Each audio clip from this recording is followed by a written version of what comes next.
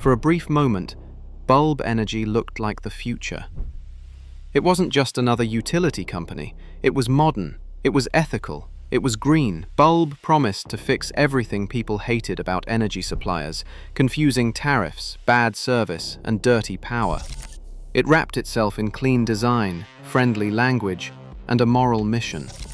Millions of customers signed up, investors piled in, politicians praised the model, and then it imploded. By late 2021, Bulb collapsed into special administration, the largest energy supplier failure in British history. The government stepped in. Taxpayers were forced to support the business at a cost that would eventually reach £6.5 billion. This wasn't a niche startup failure. It was a national reckoning. So what actually happened? Was this just bad management? A freak energy crisis? Or was something far deeper exposed? Because when Bulb collapsed, it didn't just take down a company, it exposed Britain's entire energy fantasy. To understand why Bulb failed and why it cost so much, we need to go back to the beginning. This story unfolds in 5 chapters: the dream, the model, the gamble, the shock, and the fallout. Bulb was founded in 2015 with a seductive idea: to make energy simple, fair, and green. At the time, Britain's energy market was deeply unpopular. The big 6 suppliers were seen as opaque, arrogant, and slow to change. Regulators encouraged competition. New suppliers flooded the market. Bulb positioned itself as the anti-utility. One simple tariff, transparent pricing, renewable electricity, friendly branding. It worked. By 2021, Bulb had over 1.7 million customers, become the UK's 7th largest energy supplier. Built a reputation for customer service and simplicity, Bulb wasn't just selling energy, it was selling trust, and that trust would later become a liability. Here's the uncomfortable truth. Energy supply is a brutal business. Margins are razor thin, costs are volatile, and mistakes compound quickly. Bulb's model depended on one core assumption: wholesale energy prices would remain relatively stable. So Bulb did something dangerous. It didn't hedge enough.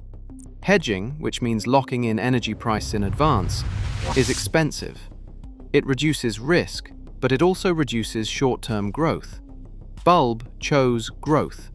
Instead of protecting itself against price spikes, Bulb focused on acquiring customers quickly, keeping prices low, and scaling fast. This worked beautifully, until it didn't. Bulb looked profitable on the surface, but structurally, it was exposed. It had built a large customer base without insulating itself from market volatility. The business was cheap to join, but extremely expensive to protect. If you like this video, please subscribe. We want to hit 5,000 subscribers this week. Now let's move on with the video. What made Bulb especially dangerous wasn't incompetence, it was alignment. Its incentives matched those of regulators, investors, and consumers. Everyone wanted lower prices, everyone wanted growth, and almost no one wanted to pay for protection against rare but catastrophic events. In that environment, hedging looked conservative, even wasteful. Risk management became a competitive disadvantage. Suppliers that played it safe grew slower and lost customers. Suppliers that took risks looked innovative and efficient. The market rewarded exposure, not resilience. And as Bulb grew larger, the consequences of that exposure multiplied. What began as a pricing strategy quietly became a systemic threat. Not because the company intended harm, but because the system made harm profitable until it wasn't. Bulb wasn't alone. Dozens of UK energy startups followed the same playbook. Undercut incumbents, skip expensive hedging, rely on stable markets. Why? Because regulators encouraged competition. Because investors rewarded growth. Because customers chased lower bills. The entire system incentivized risk-taking. Bulb became the largest example of that gamble. When wholesale prices began rising in 2021, many smaller suppliers collapsed quickly. Bulb, however, was too big to fail. It had millions of customers. Letting it collapse outright would have caused chaos. So the government stepped in. But here is the key point. Bulb wasn't unlucky. It was exposed. The model worked only in calm conditions. The moment reality shifted, it had no defense. Then came the storm. Global gas prices surged, supply chains tightened, geopolitical tensions exploded, energy costs skyrocketed. Suddenly, Bulb was selling energy to customers at prices far below what it cost to buy. Every new day meant more losses, more cash burn, fewer options. Unlike banks, energy suppliers cannot simply stop serving customers. Power has to flow. Bills have to be paid. Bulb entered special administration in November 2021. The government took control, and the meter started running. By the time Bulb was eventually sold to Octopus Energy in 2022, the cost to taxpayers had ballooned to £6.5 billion. This wasn't a bailout to save shareholders, it was a bill to keep the lights on.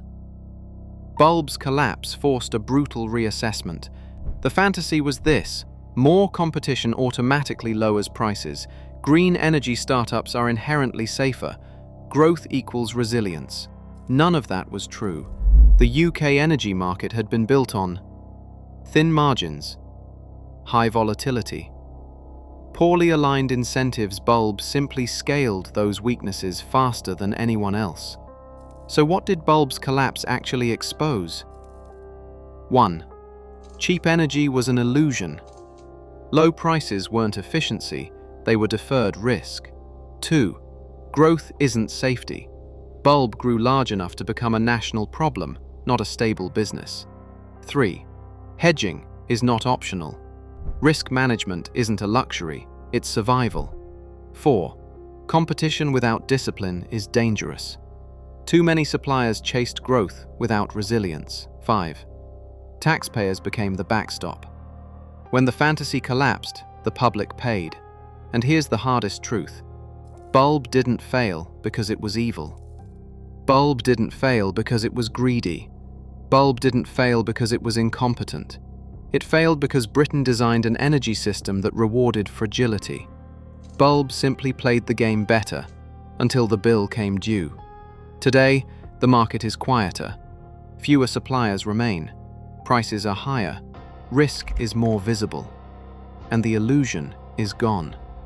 The idea that energy can be cheap, green, competitive, and risk-free all at once has been shattered. Bulb's £6.5 billion loss wasn't just a corporate failure. It was the price of believing in a fantasy. Fade to black. If you liked this video, please like and subscribe. We want to hit 5,000 subscribers this week. Thanks for watching. I will see you tomorrow.